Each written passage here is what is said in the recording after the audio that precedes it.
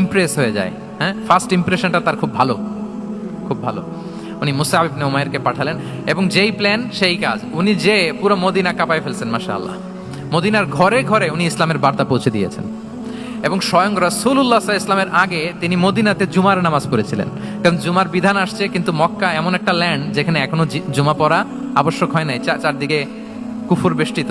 তো রাসূল সাল্লাল্লাহু আলাইহি ওয়াসাল্লাম লোক পাঠিয়েছেন যে জুমার বিধান এসছে, মুসাব তুমি কিন্তু মদিনায় যারা আছে তাদেরকে নিয়ে জুমা পড়ে ফেলো। তো মুসাব রাদিয়াল্লাহু তাআলা আনহু স্বয়ং রাসূলুল্লাহ সাল্লাল্লাহু আলাইহি ওয়াসাল্লামের আগে রাসূল সাল্লাল্লাহু আলাইহি ওয়াসাল্লামের পারমিশন নিয়ে মদিনাতে জুমা কায়েম করে ফেলছে। সুবহানাল্লাহ, এত আস্তে বললে হবে?